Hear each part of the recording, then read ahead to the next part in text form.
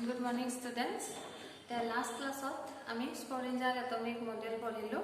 সেইখিনি তোমালোকৰ কিতাপৰ লগত অলপমান পঢ়ি চাইছা, কিবা কনফিউজন আছে, কনফিউজনখিনি তোমালোকে দূৰ কৰিব পাৰিবা।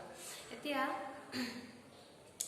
লাষ্ট ক্লাছত আমি অৰবিট পঢ়িলোঁ আৰু অৰবিটেল পঢ়িলোঁ। স্ক্ৰ'ডিঞ্জাৰে অৰবিটেলত ইলেক্ট্ৰনবিলাক থাকে বুলি কৈছিল। এতিয়া সেই অৰবিটেলবিলাকত যে ইলেক্ট্ৰনবিলাক থাকে, সেই ইলেক্ট্ৰনবিলাকক তোমালোকে কেনেকৈ ৰিপ্ৰেজেণ্ট কৰিবা, তাৰ কাৰণে আমি কোৱাণ্টাম নাম্বাৰছ কৰিম। Atomic orbitals and quantum numbers. এতিয়া কোৱাণ্টাম মানে হ'ল, quantum is a branch of chemistry. Quantum chemistry এটা ব্ৰাঞ্চ আছে, যেনে তোমাৰ physical chemistry, inorganic chemistry, organic chemistry কৈছা, তেনেকৈ কোৱাণ্টাম কেমিষ্ট্ৰিও এটা ব্ৰাঞ্চ। গতিকে ইয়াতে আমাৰ হায়াৰ ছেকেণ্ডাৰীত নালাগে ইমান, ইয়াতে অকল কোৱাণ্টামৰ বিষয়ে পঢ়িম। কোৱাণ্টাম মানে হ'ল ডেফিনিট, যিকোনো যেনে ধৰা তোমাৰ N orbit around the nucleus has definite amount of energy. That means we can say that the n orbit has quantum amount of energy. Definite to ke koa hoy quantum boli koa hoy. It has an electron occupies an orbital, eta orbitalot thake boli koisu. Tetiale the orbitals are represented by some definite numbers, and these numbers are called quantum numbers. So এই orbital বিলাকক আমি কিছুমান definite নাম্বাৰেদি represent কৰিম, সেই নাম্বাৰবিলাকক কোৱা হয় quantum numbers বুলি কোৱা হয়। ঠিক আছে, এতিয়া প্ৰথমতে মই তোমালোকক বুজাই দিম, তেতিয়া আকৌ লিখি নিদিওঁ, বুজাই দিম, আৰু বুজাই দিয়াৰ পাছত আমি অলপমান এটা পইণ্ট সেনেকুৱাকৈ ইম্পৰ্টেণ্ট পইণ্টবিলাক লিখি যাম। ঠিক আছে, প্ৰথম কথা হ'ল কোৱাণ্টাম নাম্বাৰ মানে বুজি পাইছা, ডেফিনিট নাম্বাৰ। আৰু এই নাম্বাৰ আমি কিয় ইউজ কৰিম? The quantum number represents the location of electrons. ইলেক্ট্ৰনবিলাক কোন স্থানত থাকে সেই লোকেশ্যনবিলাক ৰিপ্ৰেজেণ্ট কৰাৰ কাৰণে এই নাম্বাৰকেইটা ইউজ কৰা হয়। এতিয়া লোকেশ্যন মানে আমি গম পাইছোঁ যে electrons present in some orbitals, কিছুমান অৰবিটেলত থাকে, and these orbitals are called atomic orbitals because they are present in some orbit. এই অৰবিটেলবিলাকক আমি পৰমাণুৰ অৰবিটেল বুলি কওঁ, কাৰণ পৰমাণু এটাৰ অৰবিটৰ ভিতৰত এই অৰবিটেলবিলাক থাকে, মানে খোলৰ ভিতৰত অৰবিটেলবিলাক থাকে। গতিকে এইবিলাকক সেইকাৰণে নাম দিয়া হৈছে এটমিক অৰবিটেল, আৰু তাক ৰিপ্ৰেজেণ্ট কৰিম আমি বাই চাম কোৱাণ্টাম নাম্বাৰছ। চাৰিটা 4 কোৱাণ্টাম নাম্বাৰছ আছে, চ' 4 কোৱাণ্টাম নাম্বাৰেদি আমি এইকেইটাক ৰিপ্ৰেজেণ্ট কৰিম। ঠিক আছে, তাৰ কাৰণে প্ৰথমতে আমি এটা এটম লৈছোঁ, যিকোনো এটম ল'ব পাৰা। Atom has first a centre এটা কেন্দ্ৰ থাকিব, এণ্ড এটা centre proton and neutrons present, গতিকে প্ৰটন আৰু নিউট্ৰন থাকিব। এতিয়া আমি পঢ়ি আছোঁ electrons, so' electrons present in some circular path. First of all in some circular path, এই চাৰ্কুলাৰ পাথবিলাকত থাকিব। এতিয়া the electron present in some circular path, so' ইলেক্ট্ৰনবিলাক এই গোলাকাৰ বা বৃত্তাকাৰ কিছুমান কক্ষপথত থাকে। এতিয়া ফাৰ্ষ্ট আমি কোৱাণ্টাম নাম্বাৰ যে মই চাৰিটা ক'লোঁ, ফাৰ্ষ্ট কোৱাণ্টাম নাম্বাৰটো হ'ল principal quantum number. Principal quantum number, এইটোক আমি এন চিম্বল এন দি ৰিপ্ৰেজেণ্ট কৰিম। মুখ্য কোৱাণ্টাম সংখ্যা,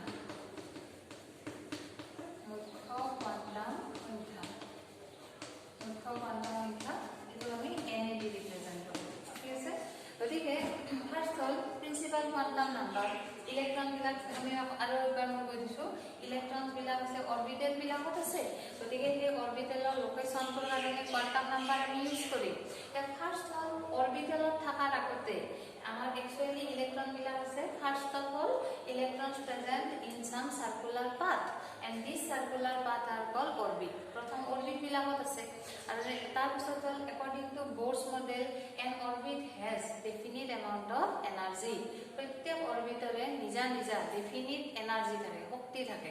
গতিকে এই অৰবিটবিলাকত ধৰি ল'লা ইয়াতে এটা ইলেক্ট্ৰন আছে, ইলেক্ট্ৰনটো যে এইটো অৰবিটত আছে, তুমি কেনেকৈ ৰিপ্ৰেজেণ্ট কৰিবা? এই অৰবিটৰ নাম্বাৰ দিব লাগিব, নাম্বাৰেদি ক'ব লাগিব, বা অৰবিটৰ এটা নিজা নেম থাকিব। গতিকে an orbit has either a definite name or it is represented by some numbers, কিছুমান নাম্বাৰেদি আমি ৰিপ্ৰেজেণ্ট কৰোঁ। সেই নাম্বাৰটো কোৱা হয় প্ৰিন্সিপাল কোৱাণ্টাম নাম্বাৰ। তাৰ মানে প্ৰিন্সিপাল মুখ্য কোৱাণ্টাম সংখ্যা, এইটো কি ৰিপ্ৰেজেণ্ট কৰিম? The electrons present in some orbit, and these orbits are represented by principal quantum number. Principal quantum নাম্বাৰেদি আমি এই অৰবিট বিলাকক ৰিপ্ৰেজেন্ট কৰো এতিয়া ৰিপ্ৰেজেন্ট কৰোতে এই যেটো সিম্বল প্ৰিন্সিপাল কোৱান্টাম নাম্বাৰ এটোৰ ভ্যালু বিলাক হ'ব 1 2 3 এটসেট্ৰা 1 2 3 4 1 2 3 4 এটসেট্ৰা এনেকুৱাকে আমি ৰিপ্ৰেজেন্ট কৰিম এতিয়া n = 1 n = 1 মানে হল it represents the first orbit First orbit তোৰ কাৰণে হল n ৰ value 1 for second orbit n value 2 third orbit n value 3 এনেকে fourth orbit হলে n ভ্যালু 4 হ'ব গতিকে ইয়াতে মই লিখি দিছো n = 1 n = 2 n = 3 n = 4 তাৰপিছত প্ৰত্যেক অৰবিটৰে এনাৰ্জি দেখিলি থাকিব so first orbit has energy e1 কলো second orbit has energy e2 e3 e4 এনেকৈ অৰবিট বিলাকৰ দেখিলি এনাৰ্জি থাকিব তাৰপিছত হল নেক্সট হল অৰবিট বিলাকৰ নামও দিয়া হৈছে তে ফাৰ্স্ট অৰবিট যেটো আছে এটো আমি সেল অৰবিট এটো নাম দিলা দেখো ফল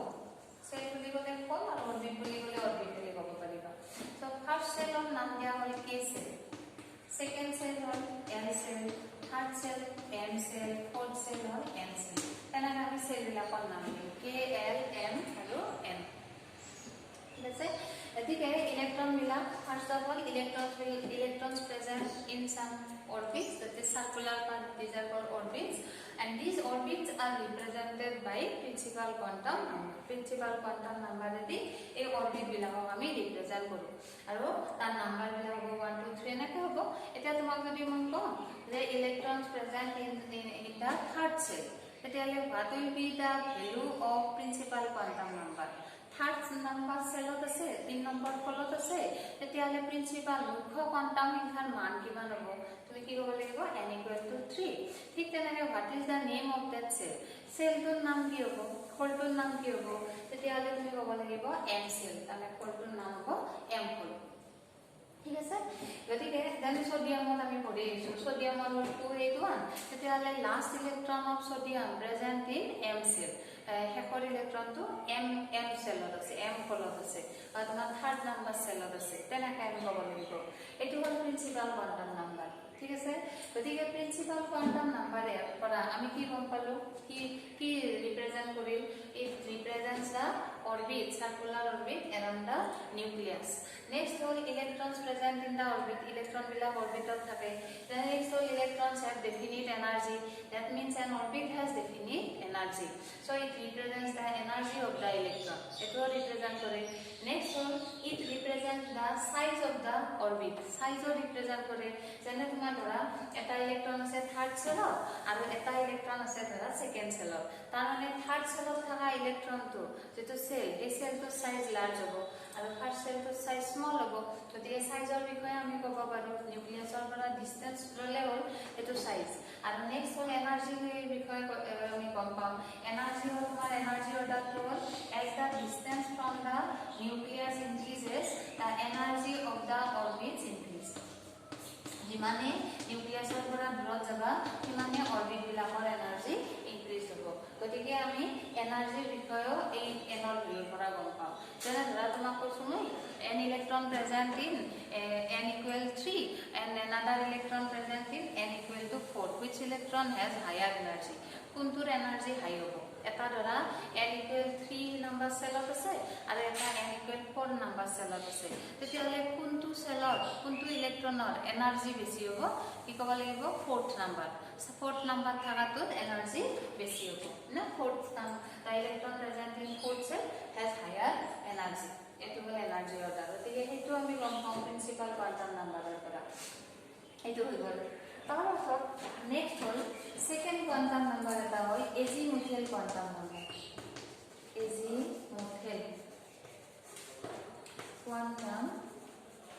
এজিমুথিয়েল কোয়ান্টাম নাম্বাৰ এটো সিম্বল হ'ল n অসমীয়াটো আমি এজিমুথিয়েল বুলি কওঁ এজিমুথিয়েল কোয়ান্টাম সংখ্যা এজিমুথিয়েল কোয়ান্টাম সংখ্যা এটো সিম্বল n ঠিক আছে এতিয়া এজিমুথিয়েল কোয়ান্টাম নাম্বাৰ হ'ল এই যেটো সেল বুলি কৈছো মই electrons present in some orbitals within a cell electron বিলাক সেলৰ ভিতৰত থকা কিছুমান অৰবিটেলত থাকে বুলি কৈছো না এটা প্ৰথম হ'ল এজিমুথিয়েল কোয়ান্টাম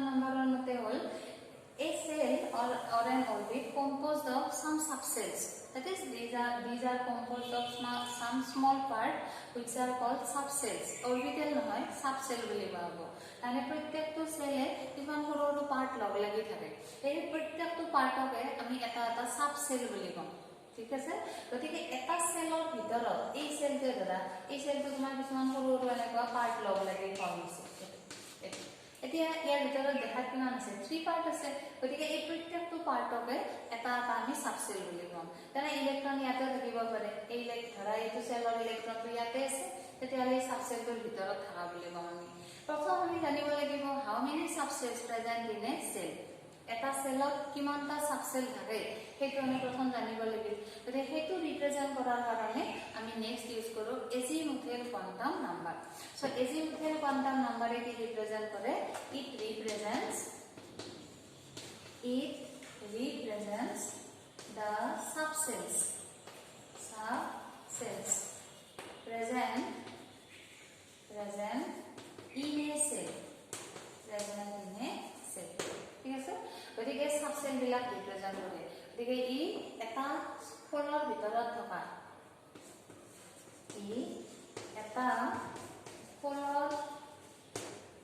লিখাখিনি মই পিছত লিখি দিম, এতিয়া নিলিখিম। প্ৰথম একবাৰ বুজাই দিছোঁ, তাৰপিছত মই লিখি দিম। সো ই ৰিপ্ৰেজেন্ট কি কৰিব? সাবসেল বিলাক ৰিপ্ৰেজেন্ট কৰিব। এতিয়া ফাৰ্স্ট হয় এই সেলটোৰ ভিতৰত কিমানটা সাবসেল আছে সেইটো জানাৰ কাৰণে আমি এলৰ ভ্যালু লাগিব। এলৰ ভ্যালু এই পইণ্টটো মনত ৰাখিবা। এলৰ ভ্যালু হ'ল 0 1 2 3 0 পৰা ষ্টাৰ্ট হ'ব আপ টু n - 1 লৈকে। So number of subcell is equal to the number of L values. L value যিমান পাবা সেইটোৱে হ'ব number of subcell। কিমানটা মানে কিমানটা উপফল, অসমীয়াত কম আমি উপফল বুলি কওঁ। এটা ফলৰ ভিতৰত কিমানটা উপফল থাকে সেইটোক আমি এজিমুথেল কোয়ান্টাম সংখ্যাই দি ৰিপ্ৰেজেন্ট কৰো। আৰু কিমানটা থাকিব এই L values। গতিকে যিমানটা L ৰ ভ্যালু পাবা সিমানটাই উপফল থাকিব।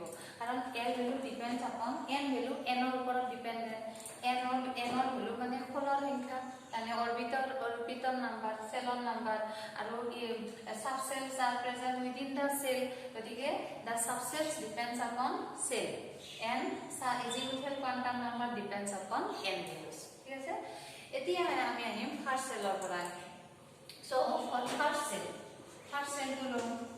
ফাৰ্স্ট সেল বুলি ক'লে n equal to 1, n equal 1 মানে হ'ল ফাৰ্স্ট সেলটো ৰিপ্ৰেজেন্ট কৰে। এতিয়া এই সেলটো যদি তুমি নাম লিখা তেতিয়াহ'লে কে সেল হ'ব। এতিয়া লাগিলে how many subcells present in the first cell. First সেলত কিমানটা সাবসেল আছে তাৰ কাৰণে তোমাক লাগিব L ভ্যালু। ইয়াৰ ফৰ L ভ্যালুস ইয়াতে একেলগে লিখি যাব পাৰা। n ভ্যালু n ৰ ভ্যালু কি আছে? সো n ইয়াতে n ভ্যালু represents একেলগে লিখি যাবা। n value represents the cells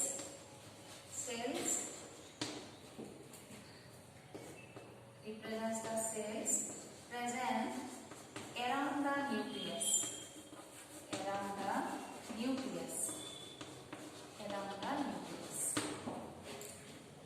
So nucleus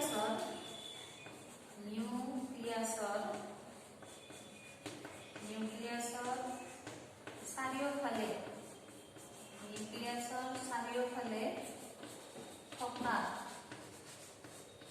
whole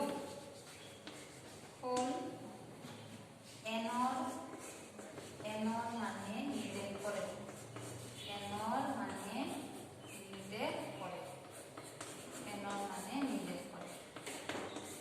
ঠিক আছে। সো নিউক্লিয়াছৰ চাৰিওফালে থকা যেটো হোল বিলাক আমি এনৰ ভ্যালু বিলাকে ৰিপ্ৰেজেন্ট কৰে। তাৰপিছত নেক্সট হ'ল এজিমুথেল কোয়ান্টাম নাম্বাৰ। L ভ্যালু হ'ল এতিয়া ইয়াতে এটা ব্ৰেকেটৰ ভিতৰত লিখি থবা L values represent the subcells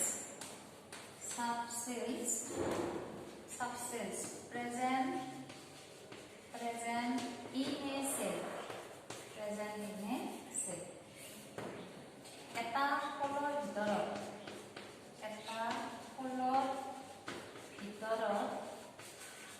থকা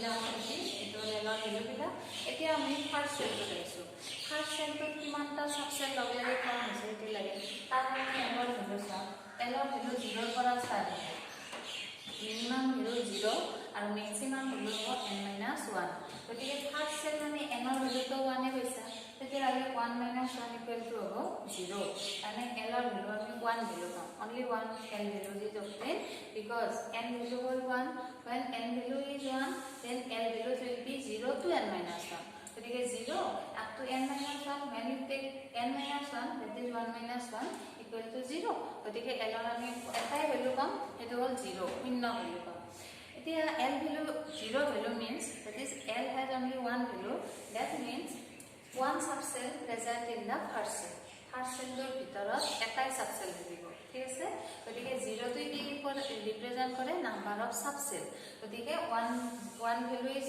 l গতিকে 1 value means one subcell present in the first cell এতিয়া what is the name of the subcell ঠিক আছে the name নাম বিলাক যেনেকৈ তোমাৰ cells are named as k l m n এনেকৈ আমি নাম বিলাক দিছিলো similarly the subcells are named as ইয়াতে দিব লাগিছে subcells are named as when l value 0 then subcell is named as s subcell small letter লিখা itu next l value 1 p subcell l value 2 d subcell and l value 3 itu f subcell তোমালোকক s p d f ইয়াৰ পিছত 4 টো দিলা তেতিয়াহলে g subcell এনেকুৱাকৈ আমি subcell বিলাকক nomination কৰোঁ ঠিক আছে গতিকে তোমালোকক লাগিব f subcell ৰ লিখে লাগিব जी सबसेल না লাগে এটো কেৱল জানিলে হ'ল জি এইচ এনেকুৱাকৈ আমি নাম বিলাক দিম গতিকে l ভ্যালু 0 ইয়াতে some first cell for first cell l value is 0 so name of the subcell is s subcell গতিকে আমি subcell ৰ নাম দিম so subcell উপকল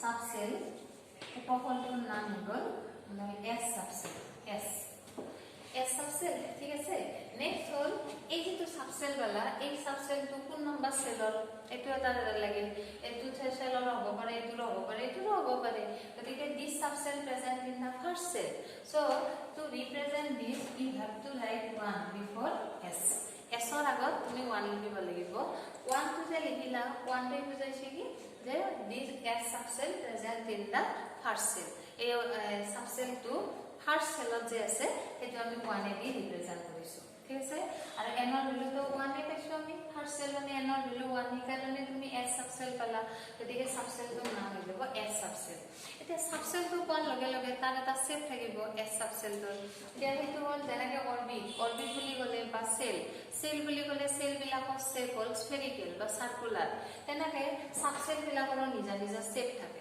গতিকে সেই শেপটো ৰিপ্ৰেজেন্ট কৰাৰ কাৰণে আমি l ভ্যালু l ৰ পৰাই গম পাম যে electron present in s subcell then what is the size of the shape of the s subcell তেতিয়া তুমি কি ক'ব লাগিব স্ফেৰিকেল s subcell বুলি ক'লে তাৰ শেপ হ'ল স্ফেৰিকেল গতিকে এইটো আমি গম পাম তাৰপিছত নেক্সট হ'ল size of subcell l values represents the size of subcell size represent কৰে এইটো অলপ পিছত কৈ আছো মই কেনেকৈ হ'ল ইয়াৰ পিছত গম পাবা হৈ গ'ল আমাৰ ফাৰ্স্ট সেলত আমি সাবসেল কি পালো অকল 1s s subcell গতিকে 1s এতিয়া আহিল নেক্সট সেকেন্ড সেল দ্বিতীয় ফল অসমীয়া মিডিয়ামৰ বিলাকে লিখিবা দ্বিতীয় ফল 2 নং ফল এতিয়া সেকেন্ড সেলটো কেনেকৈ তুমি ৰিপ্ৰেজেন্ট কৰা প্ৰথম সেকেন্ড সেলৰ কাৰণে cell are represented by n values so second cell means n equal to 2 and name of the cell is cell to naam hoy k pasot hoy